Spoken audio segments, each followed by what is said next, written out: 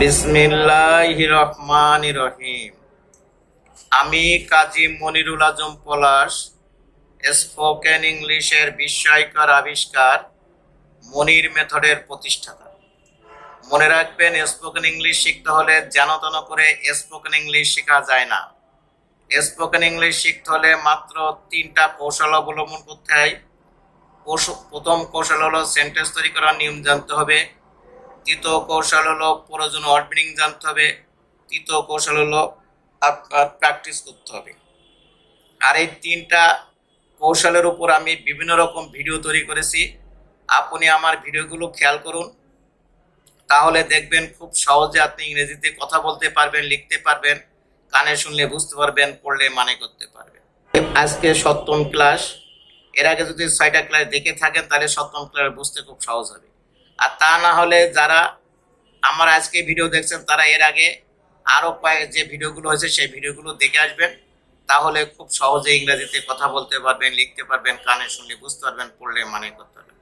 তা চলুন আমরা একটা সেন্টেন্স দেখি। দেখেন দেখেন এই সেন্টেন্সটা লেখা রয়েছে পরিবারের ক্ষেত্রে শুধুমাত্র নাম শব্দ দিয়ে বাক্য তৈরি করতে চাইলে। তার মানে পরিবারে আমরা যাদের নিয়ে বসবাস করি, বাবা মা ভাই চাচা দাদা খালু ফুপা, এদের নাম যদি আসে, শুধু নাম, তাহলে আমরা সেই সেন্টেন্স তৈরি করবো কিভাবে? ঠিক এভাবে। এই সূত্রের মাধ্যমে আমরা পরিবারের সকল ব্যক্তির নাম জিজ্ঞাসা করব। কেমন করে? একটা উদাহরণ দেখলে বোঝা যাবে। যেমন, তোমার নাম কি? What is your name? খুব ছোট্ট স্ট্রাকচারগুলো খেয়াল করুন, তাহলে দেখবেন এই ধরনের কথা সব বলা যাবে। What is your name? তোমার নাম কি? What is your name? আসেন নেক্সট সেন্টেন্স দেখি। তোমার বাবার নাম কি? What is your father's name? তোমার বাবার নাম কি? What is your father's name? তোমার বাবার নাম কি? What is your father's name? আসেন নেক্সট সেন্টেন্স দেখি। তোমার দাদার নাম কি ছিল? What was your grandfathers name? তোমার দাদার নাম কি ছিল? What was your grandfathers name? তোমার দাদার নাম কি ছিল? What was your grandfathers name? আসেন নেক্সট সেন্টেন্স দেখি। তোমার ছোট ভাইয়ের নাম কি? What is your younger brothers name? তোমার ছোট ভাইয়ের নাম কি? What is your younger brothers name? তোমার ছোট ভাইয়ের নাম কি? What is your younger brothers name? আসেন নেক্সট সেন্টেন্স দেখি। তোমার নতুন বন্ধুর নাম কি হবে? ভবিষ্যৎকালের কথা। What will B your new friends name? তোমার নতুন বন্ধুর নাম কি হবে?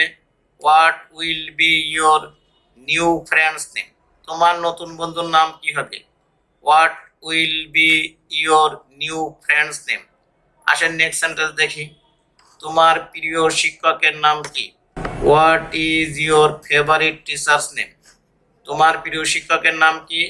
What is your favourite teachers name? তোমার প্রিয় শিক্ষকের নাম কি? What is your favourite teachers name? আসেন নেক্সট সেন্টেন্স দেখি। তোমার চাচার নাম কি ছিল? ছিল বলছি। What was your uncle's name? তোমার চাচার নাম কি ছিল? What was your uncle's name? তোমার চাচার নাম কি ছিল? What was your uncle's name? আসেন নেক্সট সেন্টেন্স দেখি। তোমার বড় বোনের নাম কি? What is your এল্ডার sisters name? তোমার বড় বোনের নাম কি? What is your এল্ডার sisters name? তোমার বড় বোনের নাম কি? What is your এল্ডার sisters name? আসেন নেক্সট সেন্টেন্স দেখি। স্কুল জীবনে তোমার ঘনিষ্ঠ বন্ধুর নাম কি ছিল? What was your bosom friends name in school life? School জীবনে তোমার ঘনিষ্ঠ বন্ধুর নাম কি ছিল?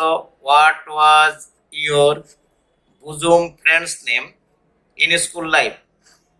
What was your bosom friends name in school life? School জীবনে তোমার ঘনিষ্ঠ বন্ধুর নাম কি ছিল? What was your bosom friends name in school life? আসেন নেক্সট সেন্টেন্স দেখি। তোমার কুকুরের নাম কি? What is your dogs name? তোমার কুকুরের নাম কি? What is your dogs name? তোমার কুকুরের নাম কি? What is your dog's name? যদি নেক্সট সেন্টেন্স দেখি তাহলে তোমার বিড়ালের নাম কি ছিল? What was your cat's name? তোমার বিড়ালের নাম কি ছিল? What was your cat's name?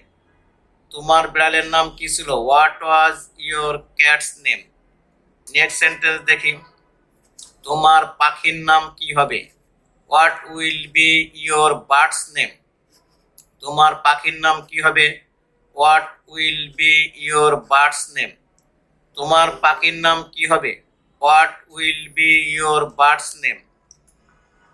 এভাবে আমরা হাজার হাজার লক্ষ লক্ষ সেন্টেন্স তৈরি করব এবং এই ধরনের কথা এইভাবে ছাড়া আর অন্য কোনোভাবে বলা যায় না।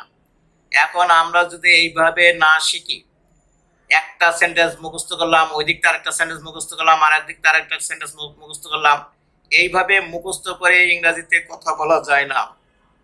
ইংরেজিতে কথা বলতে হলে প্রত্যেকটা সেন্টেন্স তৈরি করার নিয়ম আছে, সেই নিয়মটা আপনাকে শুধু দেখতে হবে, সেই নিয়মটা জানতে হবে। এই যে এই স্ট্রাকচারের নিয়মের যে কথাগুলো হয় সে কথা আমি দেখালাম যে এই ধরনের কথাগুলো হয়। এই ধরনের কথা বলতে হলে এই স্ট্রাকচার ছাড়া অন্য কোনোভাবে কথা বলা যায় না। এখন এইভাবে তো স্কুল কলেজে শেখায় না, এইভাবে স্কুল কলেজে শেখানো কোনো পদ্ধতিও নাই, তাহলে ইংরেজি শিখবে কিভাবে? আজকে এদেশের মানুষ ইংলিশ শিখতে পারছে না, শুধু সেন্টেন্স তৈরি করার নিয়ম তার জানা নাই, প্রয়োজনীয় ওয়ার্ড মিনিং জানা নাই। আমরা যে ধরনের কথা বলি সেই ধরনের কথা বলার ওয়ার্ড মিনিং নাই বই পুস্তকে, এবং বলার অভ্যাস নাই। এই তিনটা জিনিসের অনুপস্থিতির কারণে এদেশের মানুষ ইংলিশে কথা বলতে পারে না, লিখতে পারে না, কোনো কিছু করতে পারে না। উচ্চ শিক্ষিত মানুষ কিন্তু ইংলিশে কথা বলতে পারে না, তার একমাত্র কারণ হলো সে সেন্টেন্স তৈরি করার নিয়ম জানে না। তাই আমার এই ভিডিওটি দেখে যদি আপনার ভালো লাগে, যদি সিস্টেমটা খুব সহজ লাগে, তাহলে আমার প্রত্যেকটা ভিডিও আপনি খেয়াল করুন এবং আমার ভিডিওগুলো আপনি লক্ষ্য করুন, তাহলে দেখবেন আপনি অনর্গল কথা বলতে পারবেন, লিখতে পারবেন, কানে শুনলে বুঝতে পারবেন, পড়লে মানে করতে পারবেন। সুতরাং আমার প্রত্যেকটা বিষয়ের উপর ভিডিও আছে, এই ভিডিওগুলো আপনি খেয়াল করুন, তাহলে আপনার কাছে ইংরেজিটা একটা নর্মাল ব্যাপার হয়ে যাবে। সুতরাং ভালো লাগলে আপনি লাইক করবেন, শেয়ার করবেন, সাবস্ক্রাইব করে রাখবেন, তাহলে আমার ভিডিও করার সাথে সাথে আপনার কাছে চলে যাবে। No more today, see you again, আল্লাহ হাফেজ।